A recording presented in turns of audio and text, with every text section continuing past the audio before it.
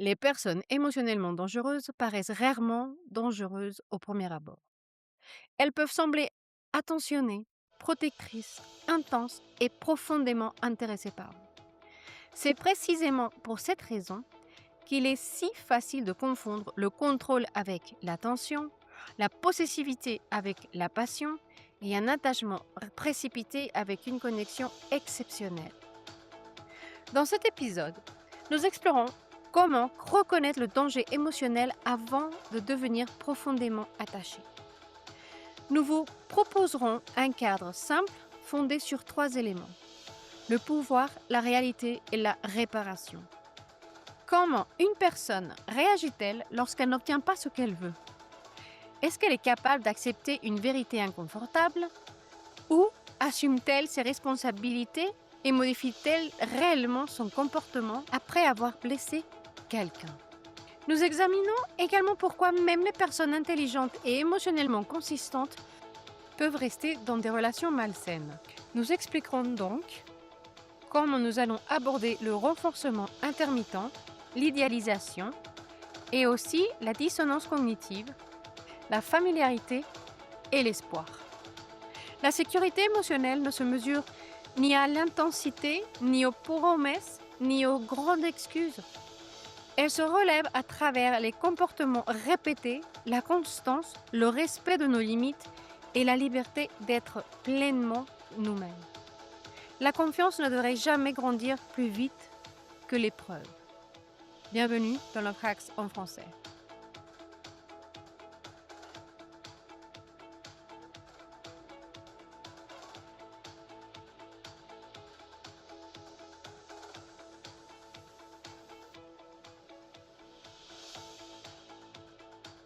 Salut et bonsoir à tous, ici c'est Maïkaïla et aujourd'hui nous allons parler justement de ces petits problèmes que nous avons parfois avec ces personnes qui ont l'air très très gentilles et en réalité elles sont super dangereuses pour nous dans nos relations.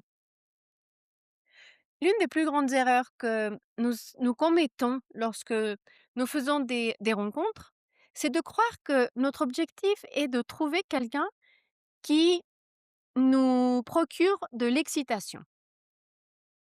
L'excitation, c'est vrai, elle est belle, c'est une belle chose.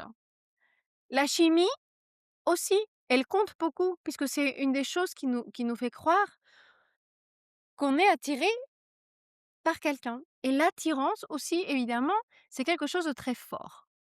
Mais aucune de ces choses ne nous dit vraiment qui est cette personne et si nous sommes vraiment en sécurité sur le plan émotionnel. Et c'est précisément là que tant de personnes se trouvent piégées parce que le danger ne se présente presque jamais avec des signaux d'alerte évidents.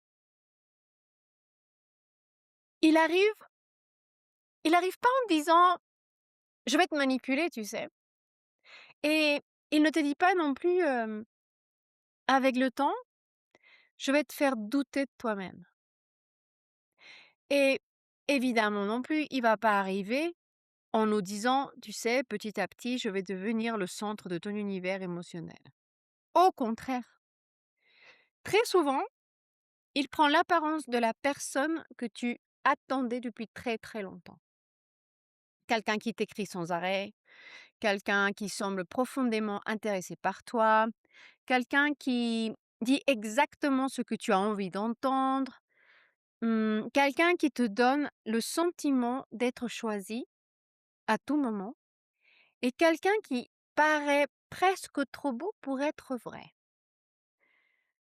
Et oui, je ne dis pas que parfois ça peut arriver. Oui, parfois on a la chance de trouver une personne avec toutes ses qualités et c'est vraiment la personne qu'on voulait.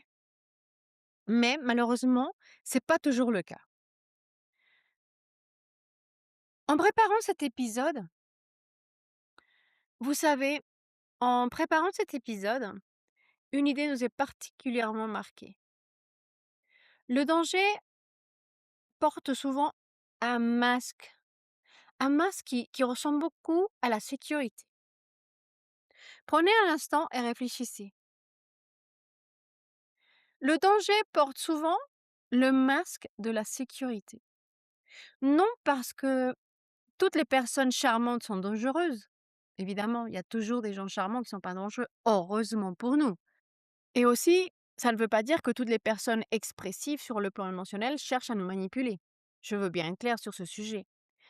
Mais parce que ceux qui cherchent le pouvoir sur quelqu'un, ou en général, savent exactement quoi faire. Ils savent que généralement, lorsqu'on est gentil, lorsqu'on est ouvert, on a bien plus de chances d'ouvrir les portes pour arriver à nos fins que si on intimide les gens. Donc ils vont utiliser la gentillesse à la place de l'intimidation.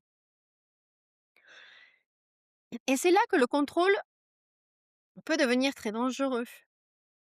Parce que le contrôle ne va jamais commencer comme un contrôle. Il commence par créer de la confiance. Et la confiance est l'une des plus belles expériences que nous pourrions vivre comme être humain. Mais c'est aussi l'une des choses les plus précieuses que nous puissions perdre lorsque nous sommes avec quelqu'un. Lorsqu'on perd cette confiance, il y a quelque chose de très très grave qui se brise. Et c'est pourquoi cette conversation n'a pas pour but de vous rendre méfiant envers toutes les personnes que vous allez rencontrer au long de votre vie. Et nous ne voulons pas non plus que vous passiez votre soirée à chercher quelque chose qui vous fasse courir sans raison de cette personne avec qui vous avez le premier rendez-vous parce que vous avez eu peur de quelque chose que vous avez entendu dans ce podcast. Parce que honnêtement, c'est pas non plus l'objectif de vous faire avoir peur de tout le monde et non plus, c'est pas un truc qu'on peut dire honnêtement, c'est sain quoi. Alors, notre objectif aujourd'hui est vraiment très simple. Nous voulons simplement vous aider à ralentir suffisamment pour que vous soyez capable de voir ce qui est en train de se passer réellement en face de vous.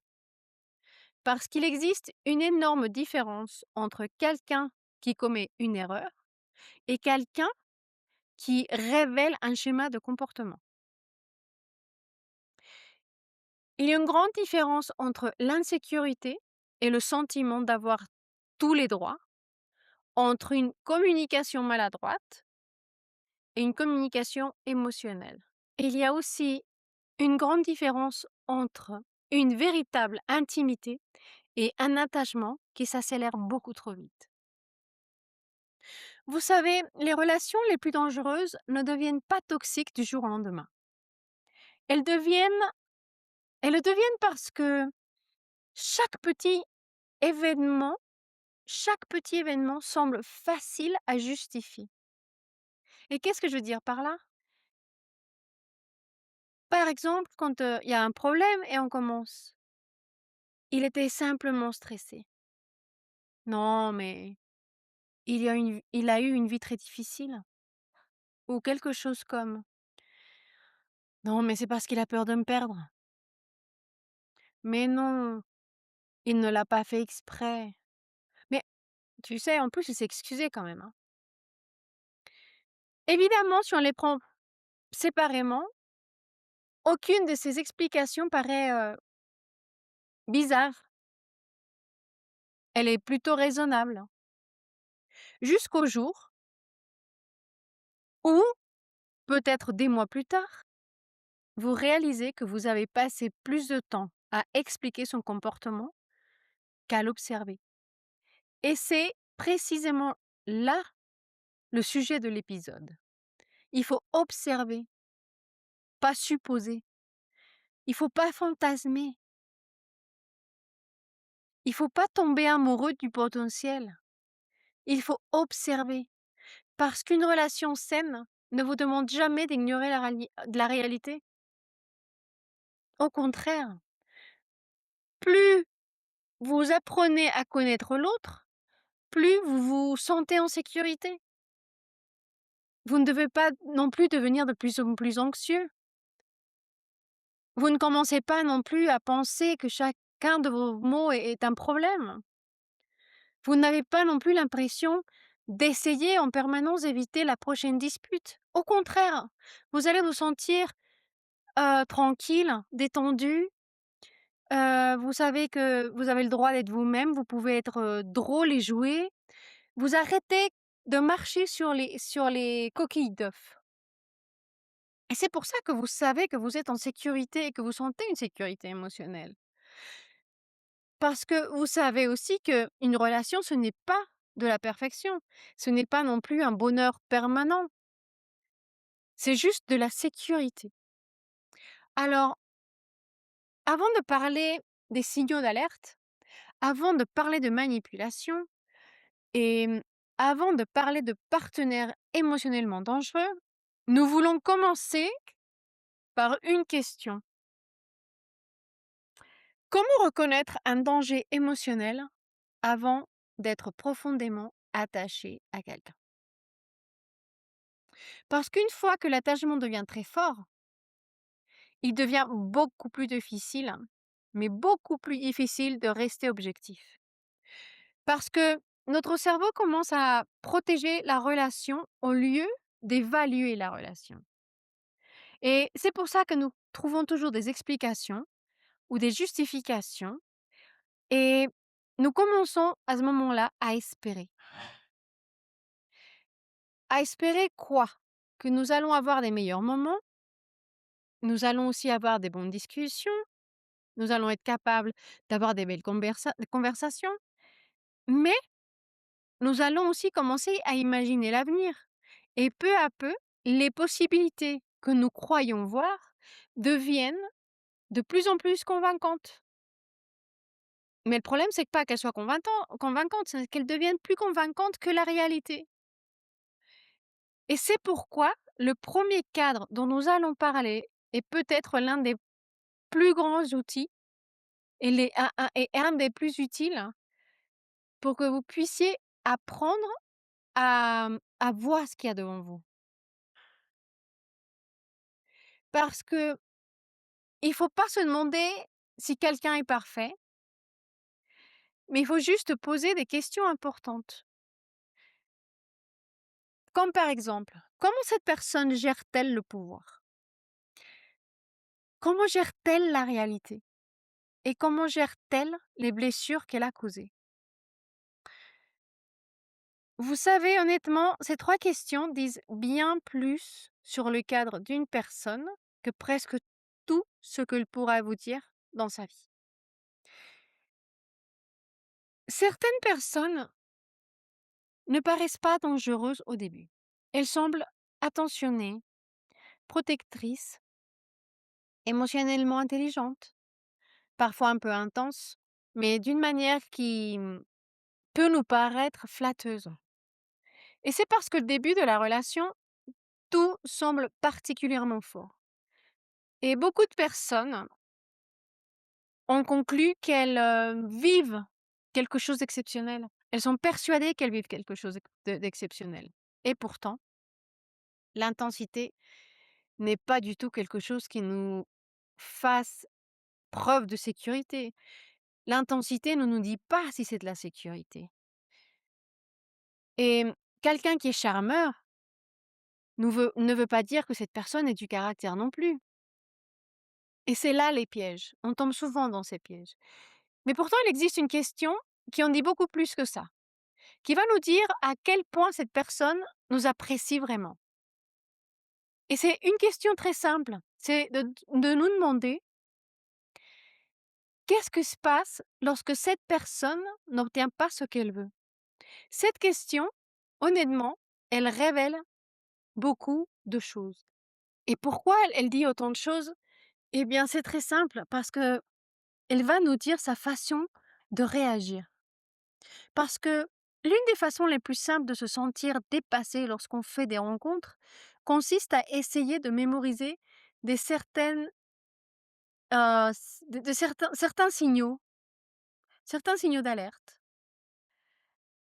Et par exemple, des fois on dit: «Ah, je ne tolère pas ce comportement. Méfie-toi de celui-là. Si cette personne dit ceci, ah, si cette personne dit cela, ah non, s'il a pas mal parlé à cette personne, ah non, non, j'en veux pas». Et malheureusement, Avant même de t'en rendre compte, tu as l'impression d'avoir besoin d'une liste de contrôle chaque fois que tu rencontres quelqu'un. Mais s'il existait une manière beaucoup plus simple et beaucoup plus rapide d'évaluer le caractère d'une personne. Et si au lieu de retenir des dizaines de signaux d'alerte, tu n'avais besoin que de te souvenir de 3 petits mots, comme par exemple pouvoir, comme réalité et réparation. Ces 3 notions offrent un cadre qui permet de comprendre presque toutes les dynamiques relationnelles que tu rencontreras dans ta vie. Et nous allons commencer par le pouvoir. Le pouvoir n'a rien à voir avec la personne qui gagne le plus d'argent. Là, je veux être vraiment très très claire. Et ça n'a pas de rapport non plus avec celle qui possède la personnalité la plus forte. Le pouvoir apparaît lorsqu'une personne veut quelque chose et que l'autre ne le veut pas. Et là, il y a un moment de voir qui est plus fort que l'autre et qui va céder en premier. Et comment réagit cette personne lorsqu'elle n'obtient pas ce qu'elle désire? Ou comment va-t-elle réagir lorsque cette personne va essayer de te contrôler? Va dire beaucoup de choses. Si elle n'obtient pas ce qu'elle désire, est-ce que cette personne a essayé de comprendre ou est-elle devenue curieuse pour essayer de savoir pourquoi vous ne voulez pas? Ou elle essaye plutôt de vous contrôler pour arriver à ses fins? Une personne qui est émotionnellement saine, elle est capable de tolérer la frustration. Il faut être honnête, personne n'aime entendre un non. Aucun d'entre nous aime entendre, le mot non. On veut tous entendre un oui. Un non, c'est quelque chose qu'on n'aime pas entendre. Mais une personne qui est émotionnellement sécurisante comprend que l'amour ne supprime pas le droit de l'autre de choisir.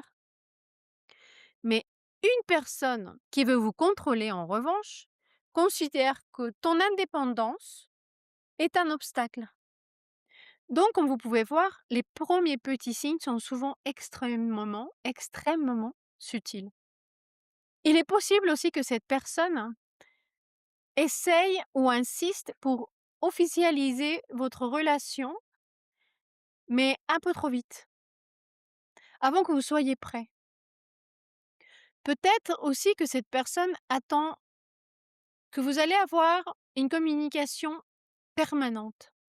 Ou peut-être même que cette personne s'agace lorsque vous passez trop de temps avec vos amis. Ou peut-être qu'elle demande l'accès à votre téléphone. Peut-être qu'elle veut les mots de passe ou savoir tout le temps où vous êtes. Tout ça sous l'excuse de savoir confiance. Parce que c'est une preuve de confiance pour cette personne. Donc, c'est une façon de lui prouver que vous confiez en lui ou en elle. Mais avez-vous remarqué quelque chose?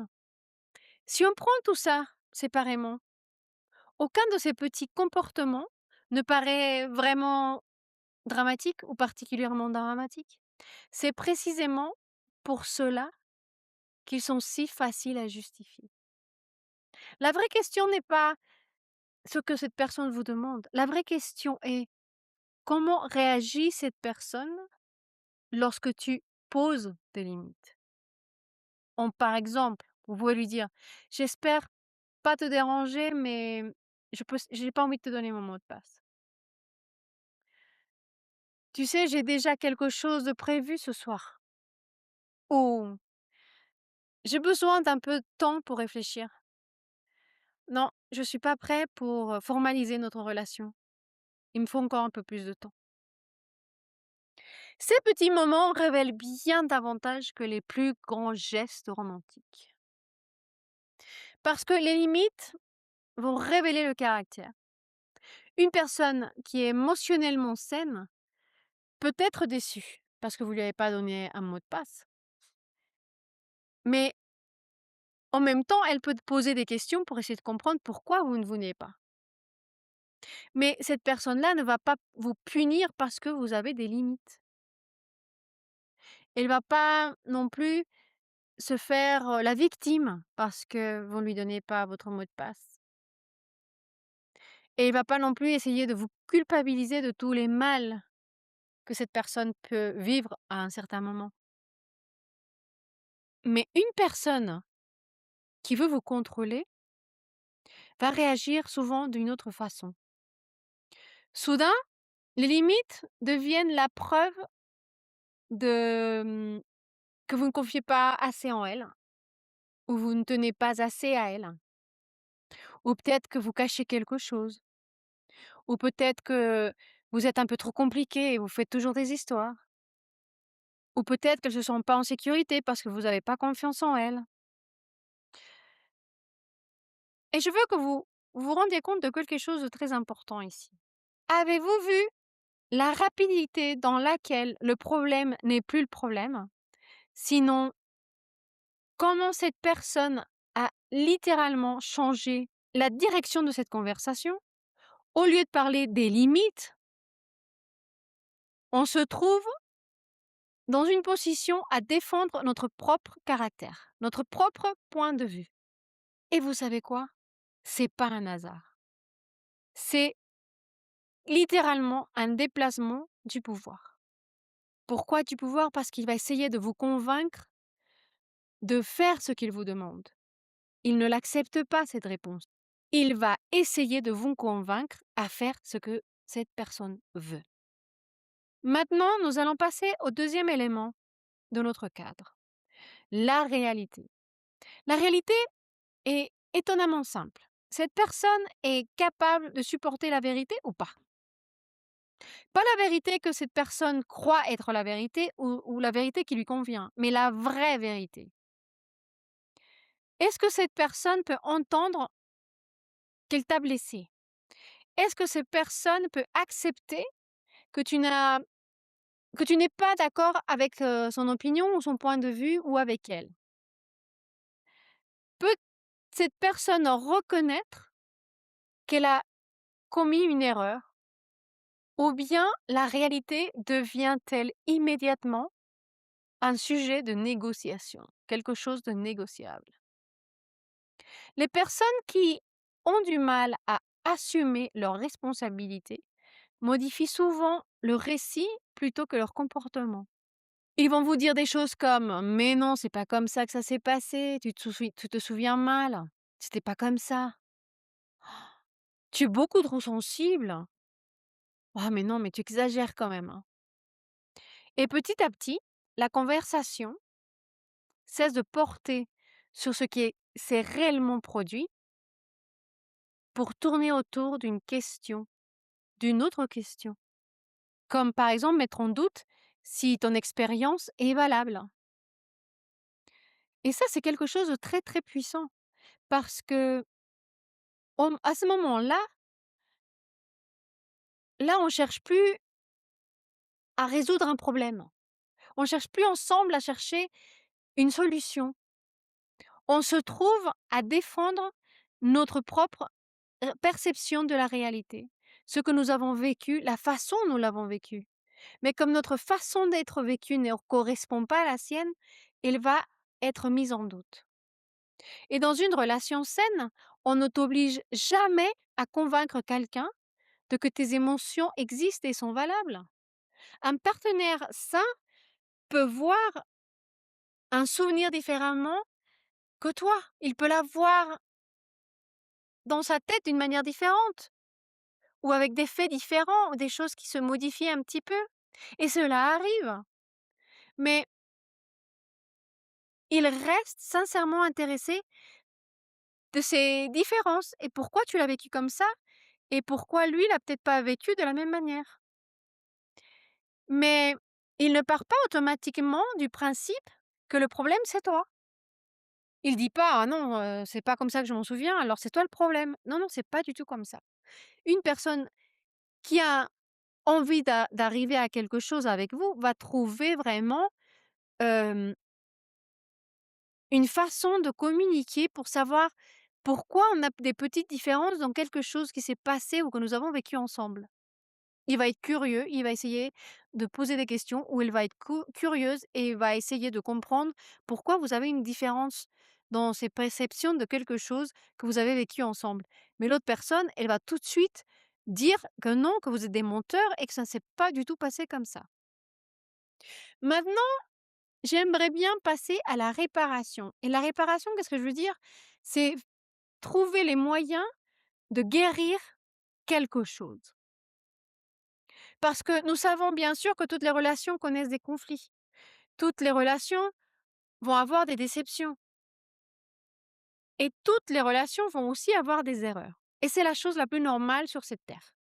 Nous sommes des êtres humains, nous sommes des êtres imparfaits. Les erreurs vont devenir quelque chose qui feront part de notre vie. Et on sait aussi que de toute façon, même si on n'a pas envie, des fois, on va être blessé. Et la question n'est pas de savoir si ce quelqu'un va te blesser ou pas. Ça peut arriver. La vraie question est: que fait-il ou que fait-elle après vous avoir fait du mal? Devient-il curieux pour essayer de comprendre pourquoi elle vous a blessé? Présente-t-il des excuses sans condition? Ou demande-t-il ou elle comment réparer la chose? Et surtout, change-t-elle ou change-t-il réellement après avoir dit des paroles pour s'excuser, pour réparer le mal qu'il ou elle ont fait? Parce que la réparation ne se mesure pas par les paroles. Elle se mesure au comportement de ces personnes. Certaines personnes présentent des excuses magnifiques. Elles peuvent même pleurer. Elles peuvent expliquer des choses d'une manière merveilleuse. Elles peuvent vous promettre la lune, les étoiles et tout ce que vous voulez. Elles peuvent offrir des fleurs, des bijoux. Elles peuvent organiser aussi un voyage. Elles peuvent faire des grandes déclarations d'amour. Mais après ça, rien ne change. La même dispute revient, le même comportement se répète, les mêmes excuses reviennent encore et encore. Et ça, je suis désolée, mais c'est pas une réparation. Il essaye pas de réparer quelque chose, il essaye de vous faire oublier qu'il a fait quelque chose. Et ça, c'est un cycle. Parce que c'est quelque chose qui va répéter constamment, c'est un cycle. Une personne qui a vraiment envie de réparer quelque chose qu'il a cassé ou quelqu'un qui l'a blessé va être beaucoup moins spectaculaire, malheureusement. Et ces mots vont ressembler plutôt à quelque chose comme: «Tu sais, tu as raison» ou «Je n'ai pas bien géré la situation, je m'en excuse. Vraiment, je suis désolée, j'aurais jamais dû te faire ça. Tu sais quoi? Je sais ce que je vais faire pour, que ça ne se répète pas. Je vais faire ça différemment désormais parce que je ne veux pas te reblesser, je ne veux pas te faire du mal». Et ensuite, la personne va vraiment faire ce qu'il vous a promis. Et la personne qui fait ça, qui essaye de changer, va le faire une fois, 2 fois, 3 fois, 1000 fois. C'est ainsi que nous allons commencer à construire cette confiance avec cette personne. Non grâce au comportement parfait, mais grâce à une réparation constante. Lorsque tu regardes ces 3 questions et tu les vois dans ta tête et tu arrives à les garder dans ta tête, tu commences à voir comment cette personne gère ces situations-là. Les situations de pouvoir, les situations de réalité et les situations de réparation. Et c'est ces situations-là qui vont vraiment te montrer qui est vraiment cette personne. Et cette personne, c'est une des seules personnes qui va être capable de te séduire. Et pas uniquement par le charme, mais parce que elle a du caractère. Son caractère révèle que c'est une bonne personne, qu'elle a envie de grandir auprès de vous, qu'elle a envie de faire des efforts pour que les choses fonctionnent. Il faut comprendre aussi que le caractère des personnes ne se révèle jamais lorsque on est dans nos meilleurs jours ou dans les meilleurs moments de notre vie. Il se révèle aussi dans les façons dont ces personnes-là vont réagir aux choses qui sont imprévues, qui sont peut-être pas les choses qu'on espérait. Lorsqu'on a une négative, lorsqu'il y a un accident, lorsqu'il y a quelque chose où cette personne doit vraiment montrer qui elle est. Et c'est pour ça qu'il y a souvent aussi des personnes qui sont très intelligentes, très, très lucides, et pourtant elles finissent par tomber avec des personnes qui sont pas saines, avec des relations qui vont les nuire au lieu de leur faire du bien. Et c'est pas parce qu'elles sont naïves, et c'est pas non plus parce qu'elles sont faibles, et c'est certainement pas parce qu'elles manquent d'intelligence, et certainement pas parce qu'elles manquent de perspicacité. Alors vous allez demander: «Mais pourquoi ça arrive?» Eh bien parce que notre cerveau, lorsqu'on est dans une relation, n'agit pas comme un inspecteur ou comme un James Bond. Au lieu d'agir comme ça, il va évaluer un être humain comme un autre être humain. Et les êtres humains sont guidés par l'espoir. On est guidé par l'attachement, par la chimie et par le désir profond que chaque chose qui est importante doit fonctionner. Et là, on se trouve devant l'un des plus grands pièges psychologiques et l'un des plus puissants qui s'appelle le renforcement intermittent. Pensez à une machine à sous.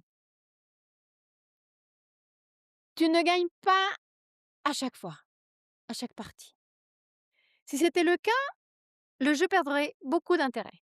Mais si tu ne gagnes jamais, tu arrêterais tout simplement de jouer. La récompense arrive d'une manière imprévisible. Parfois, tu reçois de l'affection, parfois, tu vas recevoir de la distance, parfois, tu vas te trouver avec quelqu'un qui est très très chaleureux et parfois quelqu'un de très silencieux. D'autres fois, peut-être, tu vas avoir une connexion extraordinaire avec cette personne et parfois, tu vas te retrouver avec la même personne avec une confusion totale. Et paradoxalement, cette irrégularité peut rendre une personne encore plus attachée et pas moins attachée. Parce que le cerveau commence à chercher le retour des bons moments. Et c'est ça le problème. Au lieu de que notre cerveau commence à se demander: «Est-ce que cette relation, elle est saine?» Il commence à se demander: «Comment est-ce que je peux faire pour retrouver les moments que nous avons vécus le week-end dernier?» Et c'est justement à ce moment-là qu'on n'évalue plus du tout la relation. On essaye de la faire fonctionner. Et un autre piège dans lequel nous tombons souvent, c'est la idéalisation. Lorsque nous rencontrons quelqu'un qui nous plaît énormément, notre cerveau commence à remplir tous ces espaces vides. Et le problème ici, c'est que nous arrêtons de voir la personne telle qu'elle est et nous commençons à nous imaginer ce que cette personne pourrait devenir. Nous projetons un avenir avec cette personne, les voyages que nous pourrons faire avec cette personne, la famille que nous pourrions construire avec cette personne, les conversations que nous pourrions avoir dans 10 ans ou dans 20 ans avec cette personne. Le potentiel est une chose magique. Je vous assure, on a un potentiel pour créer des histoires sur quelqu'un qu'on connaît à peine, impressionnantes. Et on peut inventer des choses magnifiques. Mais en même temps, ça peut devenir très dangereux. Parce que le potentiel n'est pas la réalité.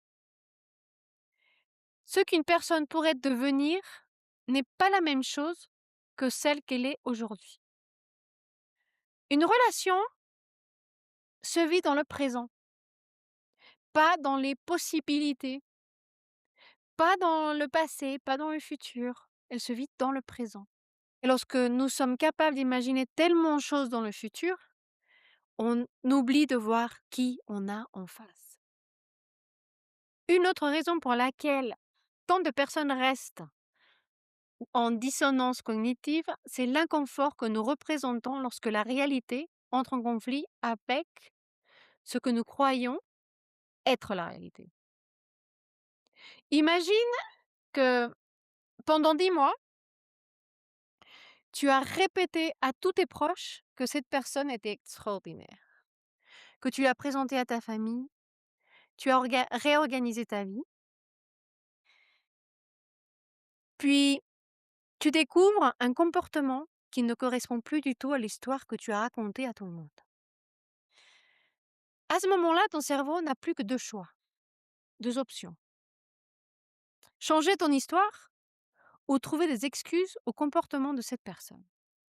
Et malheureusement, la plupart d'entre nous, on va finir par choisir la deuxième option d'abord. Et c'est pas parce que nous sommes des êtres irrationnels, mais c'est parce que changer notre histoire nous fait mal. Cela signifie que nous devons reconnaître que cette personne nous a trompés et ça va nous faire mal et on ne veut pas avoir du mal. Ça va nous dire aussi qu'on est obligé de faire un deuil parce que c'est pas du tout l'avenir que nous avons imaginé. Et parfois, cela signifie recommencer à zéro. Et cela est profondément douloureux. Autre chose qui est très dangereuse, c'est l'empathie. L'empathie peut devenir un piège. Beaucoup de personnes profondément bienveillantes entendent le passé douloureux de quelqu'un et ils ressentent immédiatement ce besoin d'aider cette personne. Et ils commencent à se dire: «Ah, mais c'est parce qu'il a simplement souffert quand il était petit. Il a beaucoup souffert. Personne ne l'a jamais vraiment aimé. Si je suis assez patient, il finira bien par s'ouvrir et on trouvera un moyen pour le guérir.» Et je ne dis pas que la compassion n'est pas une grande qualité, c'est une qualité qui est magnifique. Mais une compassion sans limite finit souvent par devenir un sacrifice de soi-même. On peut comprendre pourquoi quelqu'un agit d'une certaine manière. Oui, c'est normal qu'on arrive à comprendre pourquoi. Mais on ne doit pas accepter que ce comportement est adéquat à notre vie. On a le droit de se dire: «Oui, je comprends les raisons que tu as pour te comporter de cette manière, mais c'est pas une raison pour te garder dans ma vie. C'est pas quelque chose que je veux pour moi et que je veux dans ma vie.» On a le droit de dire non. Parce que comprendre ce qui arrive à cette personne peut expliquer son comportement, mais cela ne veut pas dire que ça le justifie. Et il y a aussi cette chose que nous appelons la familiarité.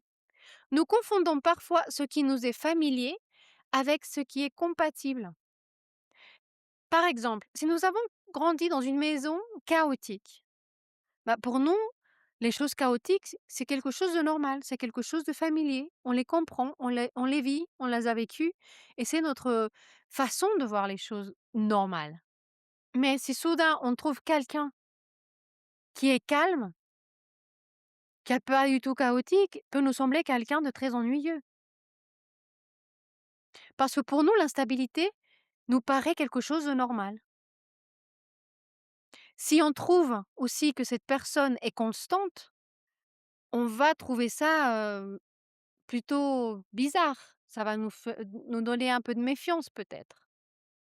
Si nous avons passé des années à croire qu'on devait courir après l'amour pour le mériter, si on trouve quelqu'un qui va nous le donner sans lui courir après, ça peut même nous faire sentir d'une manière inconfortable. On dit: «Mais qu'est-ce qui lui arrive? Mais pourquoi il est comme ça? Moi j'ai rien fait pour qu'il m'aime et là il m'aime». C'est inconfortable, même peut-être gênant.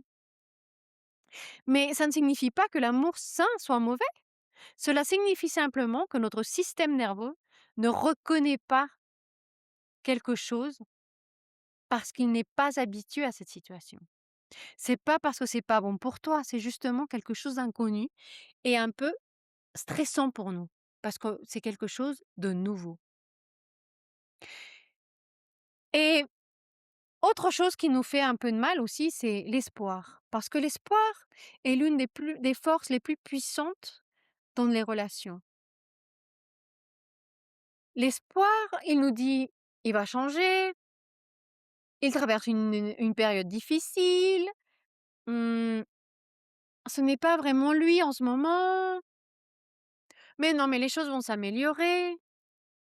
Et parfois, oui, l'espoir peut être justifié. Des fois, les gens grandissent, des fois, les gens grandissent et parfois, les gens changent aussi. Mais la véritable question, encore une fois, est la suivante: espères-tu parce que tu constates un changement constant dans cette personne ou tu espères voir si un jour ce changement va arriver?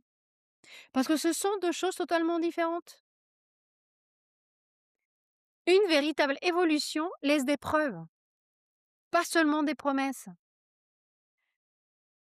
Et c'est ce qui nous mène à l'un des principes les plus simples que nous avons entendus lorsque nous parlons de relations. Juge ce que tu vois, juge les schémas, juge les changements, pas les promesses. Juge l'impact, pas les intentions. Juge le comportement de cette personne aujourd'hui, pas le potentiel que tu imaginais et qui peut peut-être arriver demain. Parce qu'au fil du temps, les personnes deviennent ce qu'elles répètent continuellement. Et c'est cette personne que tu as devant toi, avec laquelle tu es en train d'essayer de construire une relation. Pas celle que tu espères voir dans un mois, mais celle que tu as aujourd'hui devant toi. Parlons maintenant d'une question qui déroute beaucoup de personnes. Si les partenaires émotionnellement dangereux ne révèlent pas leur véritable nature dès le début, comment faire la différence entre quelqu'un qui a simplement commis une erreur et quelqu'un qui n'est tout simplement pas émotionnellement sécurisant? Et pour vous répondre à cette question, les choses sont un peu plus compliquées, mais on va essayer de vous l'expliquer. La réponse n'est pas de devenir méfiant.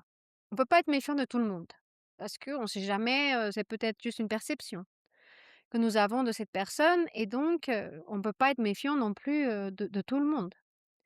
Et c'est pas non plus de devenir un magicien de l'observation et le meilleur observateur du monde. Non, non, non. Et on sait aussi qu'une seule conversation ne va pas nous dire, tout ce qu'on a besoin de savoir parce que c'est quelque chose qu'on doit essayer de voir avec un peu plus de temps. Parce qu'une conversation va pas tout sortir. Une conversation peut quasiment rien dire puisque, c'est juste la première conversation et on est juste en train de se connaître. De la même manière que si nous avons un seul désaccord ou le premier désaccord, ça ne va pas trop nous dire non plus parce qu'on ne peut pas savoir si c'est un schéma de comportement ou un cycle ou si c'est juste une réaction du moment. Donc pour être capable d'avoir des réponses, des bonnes réponses, des réponses qui vont nous ouvrir les yeux, il faut absolument prendre son temps. Vous cherchez des conversations vraies sur l'amour, les relations et tout ce qu'on n'ose pas dire. Écoutez Love Acts, un podcast sincère et sans filtre. Disponible en français, anglais, espagnol et portugais. Retrouvez-le sur votre plateforme de podcast préférée.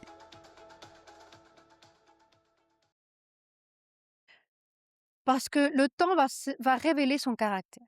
Et surtout lorsque quelque chose ne se passe pas comme prévu, on se rendra compte si sa façon de réagir est quelque chose adapté à ce moment-là ou si c'est un comportement répétitif à chaque fois que quelque chose d'imprévu apparaît.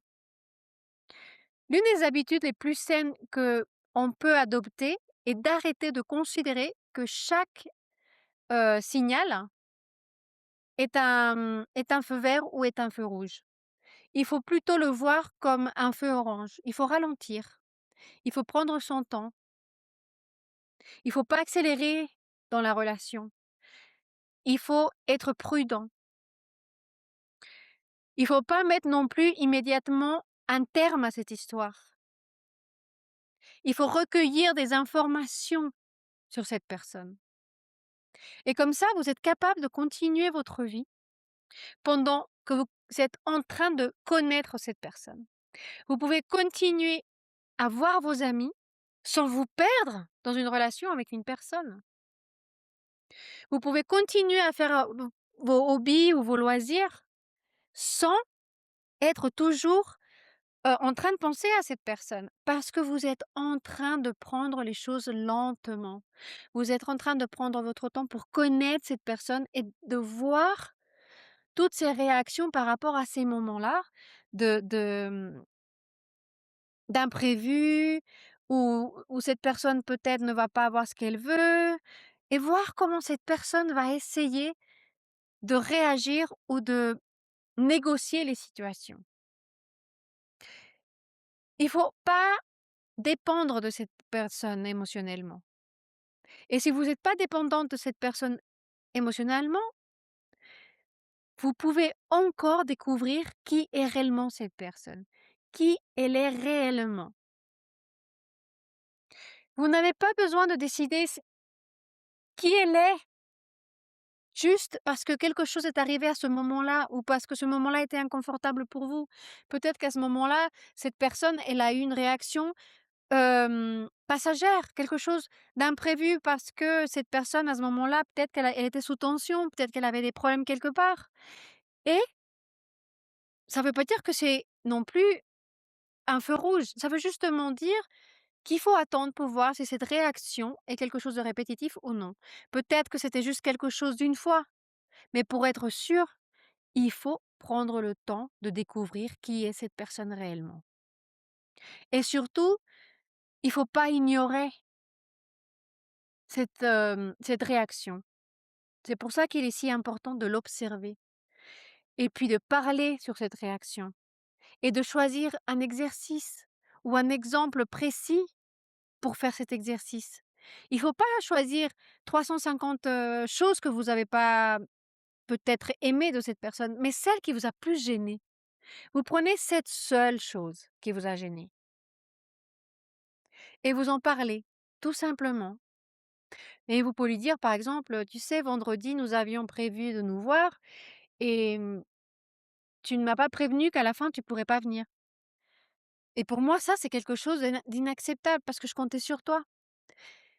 Et j'aimerais que si quelque chose va changer, si tu as un imprévu, que tu prennes le temps, au moins, de me prévenir, s'il te plaît». Puis vous arrêtez de parler, vous arrêtez de donner des explications. Et ça, c'est justement le moment et l'étape dont la plupart d'entre nous, on oublie de le faire. On se la saute, on l'oublie et on continue à expliquer et c'est ça qu'il faut arrêter. Il faut arrêter d'expliquer, de justifier, de convaincre. Il faut justement parler et là, vous allez voir si cette personne a une bonne réaction ou pas. Parce que ce qui compte, c'est pas la réponse. Parce que la réponse va constituer le véritable diagnostic de cette situation. Parce qu'une personne qui est émotionnellement saine va devenir généralement curieuse, comme on l'a toujours dit sur cet épisode. Elle va essayer de comprendre qu'est-ce qui vous a gêné, pourquoi vous l'avez mal pris et va assumer sa responsabilité de son acte ou de ses actes aussi. Et en même temps, vous allez vous rendre compte que vous n'avez pas besoin de perdre 20 minutes pour expliquer à cette personne la situation et pourquoi vous avez été blessé. Cette personne va comprendre si elle est émotionnellement saine, elle va comprendre vos raisons et elle va sûrement dire des choses, toutes simples comme, «Tu sais, tu as raison, j'aurais dû te prévenir, je suis désolée, je le referai plus. Maintenant, je sais que ça c'est quelque chose qui te gêne beaucoup donc si quelque chose, arrive, je ferai tout pour être capable de te prévenir si je vais être en retard, si je serai pas capable d'arriver à notre rendez-vous» ou n'importe quelle chose. Et ensuite, vous allez observer si cette personne va agir selon ce qu'elle a dit. Vous n'allez pas observer non plus juste pendant la journée, mais vous devez observer si les mots que cette personne vous dit suivent vraiment par un changement sur les choses qu'il vous a dit. Parce que le changement ne se démontre pas par une seule excuse, il se démontre par des comportements répétés. Il vous arrivera parfois de rencontrer quelqu'un qui est qui est vraiment imparfait, parce que nous sommes tous imparfaits. Mais il y en a qui sont plus compliqués d'autres, il y en a qui ont plus de défauts que d'autres. Mais cette personne, même si elle est vraiment elle a beaucoup de choses à travailler, elle a vraiment envie d'évoluer et elle va vous le montrer par ses actes. Peut-être qu'il se montrera un peu sur la défensive à un certain moment au départ, ou peut-être qu'il aura besoin de quelques minutes pour digérer cette situation, parce que peut-être qu'il a besoin de digérer ce que vous lui avez dit, ou peut-être que c'est sa première réaction qui ne sera pas parfaite. Mais il reviendra vers vous, il comprendra, il va reprendre cette conversation, il va réfléchir sur cette conversation pour comprendre exactement ce que vous avez voulu lui exprimer et lui dire et lui transmettre. Et pendant des semaines, cette personne sera toujours là. Mais son comportement, vous allez voir s'il a changé ou pas. Si cette personne a changé, elle a fait vraiment vous voyez que cette personne a fait des efforts pour changer véritablement ce comportement, vous pouvez dire que cette personne est capable de grandir. Et vous pouvez pas non plus exiger à cette personne d'avoir un changement, radical, parce qu'il faut comprendre aussi que pour changer et pour grandir, il faut du temps. Parce que la croissance n'est pas non plus la perfection. La croissance, c'est le mouvement et le mouvement que vous allez voir dans cette personne, c'est qu'il a envie de changer, que cette personne a fait des choses pour changer et ça va vous donner une certaine sécurité. Mais si au lieu de trouver une personne qui fait un changement et qui vous donne de la sécurité, vous trouvez plutôt une personne qui, au lieu de vous montrer de la curiosité, commence à minimiser toutes les choses que vous lui dites, par des choses comme: «Oh mais c'était pas si grave», au lieu de prendre certaines responsabilités de son acte ou de vous dire: «Ah mais tu es vraiment trop sensible», au lieu d'essayer de réparer, ce qu'il a fait, ou vous obtenez une punition, ou la personne devient froide, ou la personne disparaît, ou elle essaye de provoquer une autre dispute, ou elle menace de partir, ou d'une certaine manière ou une autre, c'est finalement vous qui commencez à vous retrouver dans une position à donner des excuses, parce que je suis certaine qu'à certains d'entre vous, ça leur a déjà arrivé. De finir dans une discussion où vous êtes en train d'essayer de faire comprendre la personne que vous avez en face de vous, qu'elle vous a blessé et de lui expliquer pourquoi ça vous a fait mal, cette personne commence à faire toute une histoire, à tourner autour de cette histoire et à la fin, c'est vous qui me demandez des excuses. Et vous avez jamais réussi à la faire comprendre pourquoi il vous a blessé et 20 minutes plus tard de discussion, c'est vous qui dites: «Je suis désolé». Et là, ce n'est plus un conflit sain. Cette personne a réussi à faire quelque chose que nous appelons une redirection émotionnelle. Qu'à force de vous aborder avec, 50 problèmes, vous avez jamais réussi à aborder celui qui était important et soudain, le problème c'est vous. Et quand vous êtes constamment dans cette situation, vous savez que à partir de ce moment-là, vous allez commencer à plus du tout dire ce qui vous blesse. Et c'est pas parce que vous n'avez pas appris à être honnête et à dire ce que vous ressentez, mais parce que vous vous êtes rendu compte qu'à chaque fois que vous dites quelque chose, il y a une conséquence. Et cette conséquence est que vous, qui étiez la victime, puisque c'est vous qui a fini par être blessé par cette personne, finit par s'excuser et à payer les conséquences d'avoir dit ce qu'elle pensait. Vous avez eu l'audacité de dire à cette personne: «Écoute, ce que tu as fait m'a fait du mal» et cette personne a fini par vous donner une leçon de vie dans laquelle il vous a,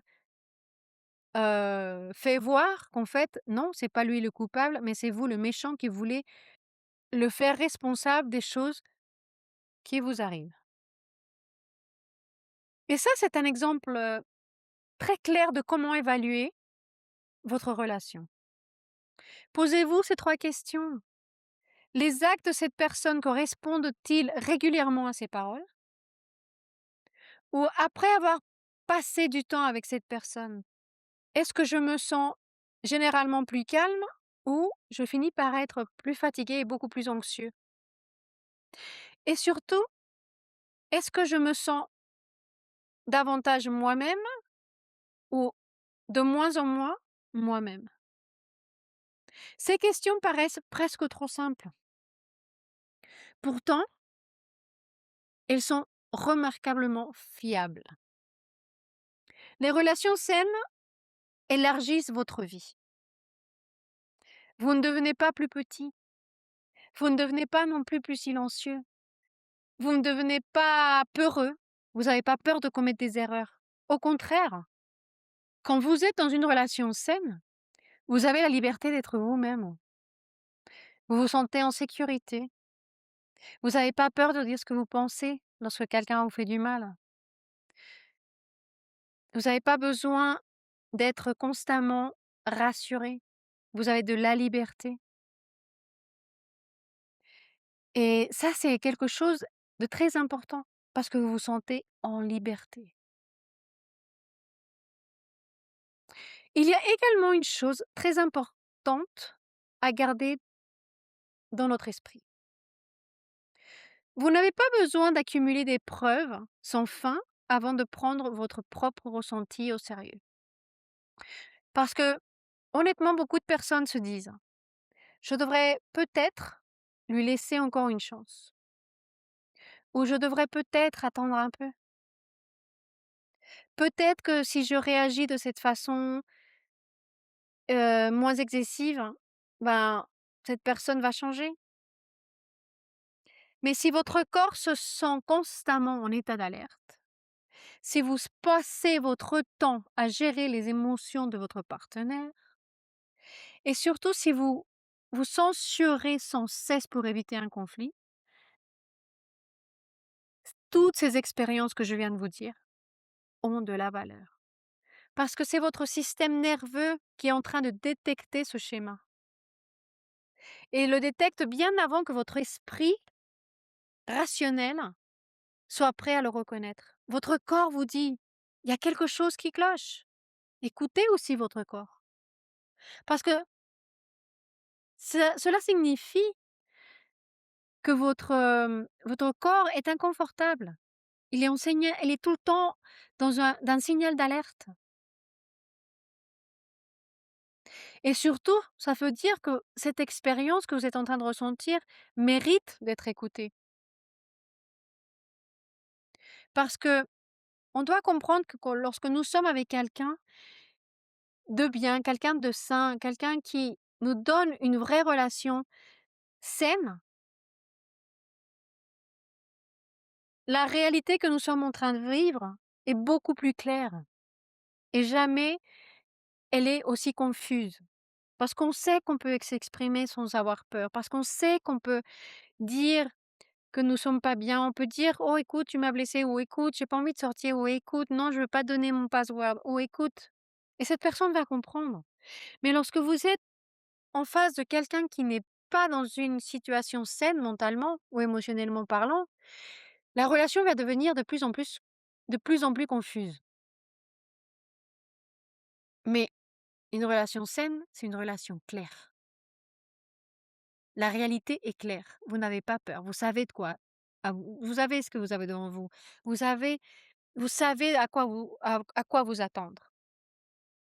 C'est pour ça que le but n'est pas de devenir une personne qui quitte une relation au premier désaccord. Le but est de devenir une personne qui est prête à prêter attention à ce qui se passe après un désaccord. Parce que c'est là que le caractère se révèle. Pas dans le romantisme, pas dans la chimie, pas dans les beaux discours, mais dans ce que les personnes avec qui nous sommes choisissent de faire encore et encore lorsque une occasion se présente pour faire mieux. Et avant de terminer, nous aimerions partager une dernière idée qui nous semble essentielle. Parce qu'après avoir écouté tout cela, certaines personnes se demanderont peut-être, alors comment rester ouvert à l'amour sans devenir parano? Ça, c'est une excellente question. Et la réponse n'est pas de ne pas faire confiance à la personne. Et elle n'est pas non plus de ne plus faire confiance au monde entier. La réponse est de laisser la confiance grandir en même temps que votre relation grandit, c'est-à-dire avec le même rythme, avec les épreuves, en voyant si ce qu'il fait correspond à ce qu'il dit. Et quand vous voyez que cette personne fait ce qu'elle dit, vous pouvez être sûr que la confiance peut grandir. Parce qu'on doit comprendre aussi que la confiance, ce n'est pas quelque chose qu'on doit à quelqu'un. C'est quelque chose qui se mérite et qui se gagne petit à petit, moment après moment, expérience après expérience. Et l'un des mythes les plus grands sur l'amour consiste à croire que si quelqu'un nous semble être la bonne personne, il suffit de lui laisser porter ce sentiment. Parce qu'on doit aussi comprendre que les émotions sont des informations, mais elles ne sont pas des épreuves. Elles ne nous disent pas comment cette personne va réagir au moment d'une épreuve.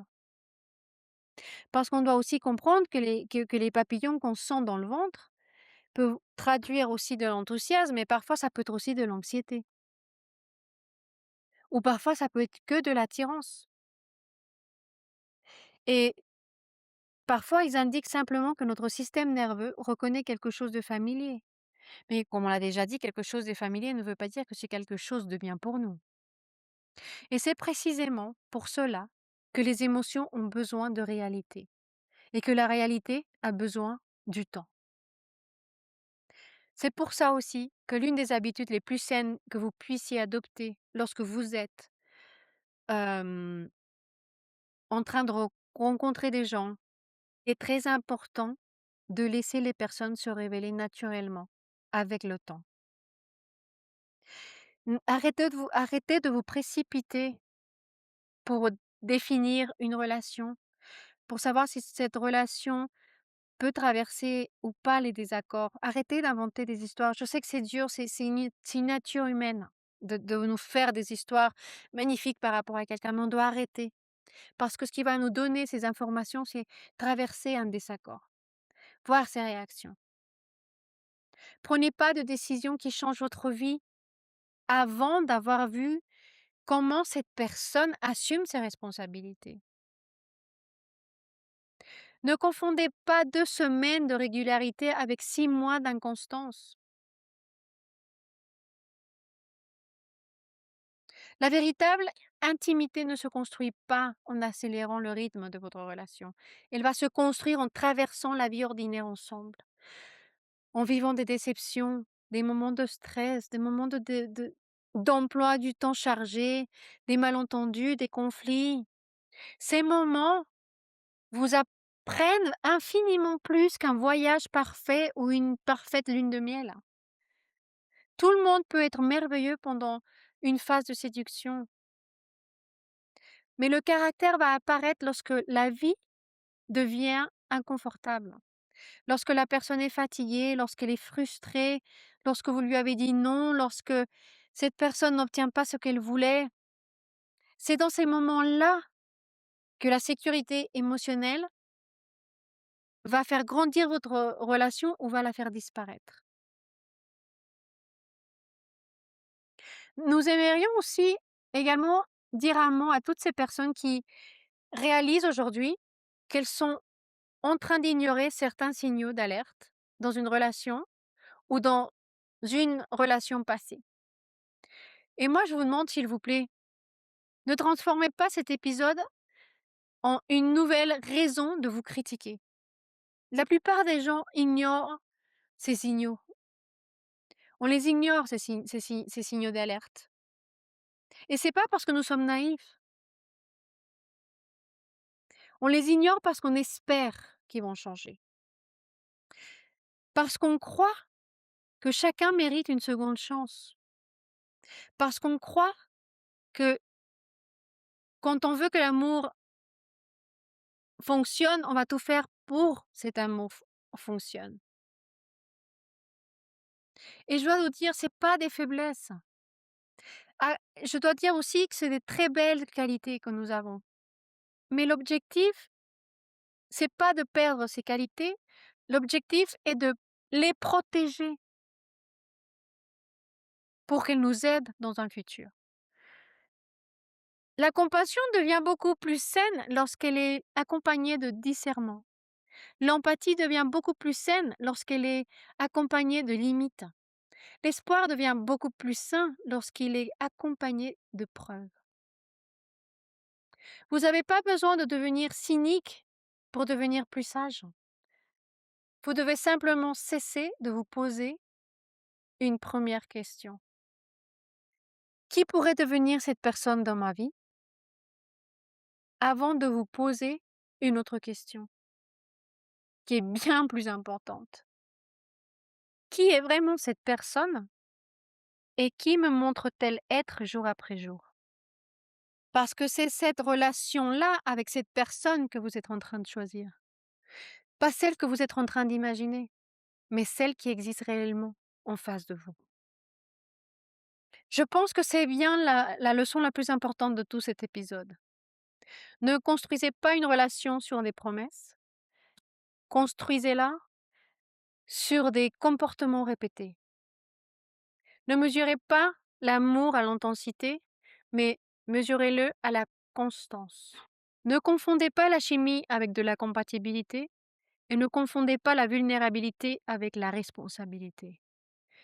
Il est important de comprendre que les explications qu'ils vous ont données, si elles ne sont pas accompagnées d'un véritable changement de comportement, elles ne veulent rien dire.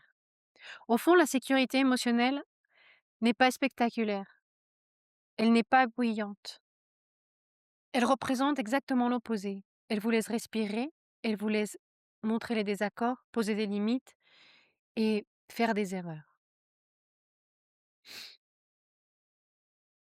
Merci infiniment d'avoir passé ce moment avec nous. Et j'espère que cet épisode vous a plu et que vous allez vous abonner à Love Hacks sur votre plateforme préférée. Et surtout, si vous connaissez quelqu'un à qui cette conversation pourrait lui faire du bien, n'hésitez surtout pas à lui envoyer. Je vous souhaite une très bonne semaine et je vous embrasse très fort. Allez, à la semaine prochaine. Ciao. Si cet épisode t'a touché, laisse un like, abonne-toi et dis-nous ce que tu penses dans les commentaires.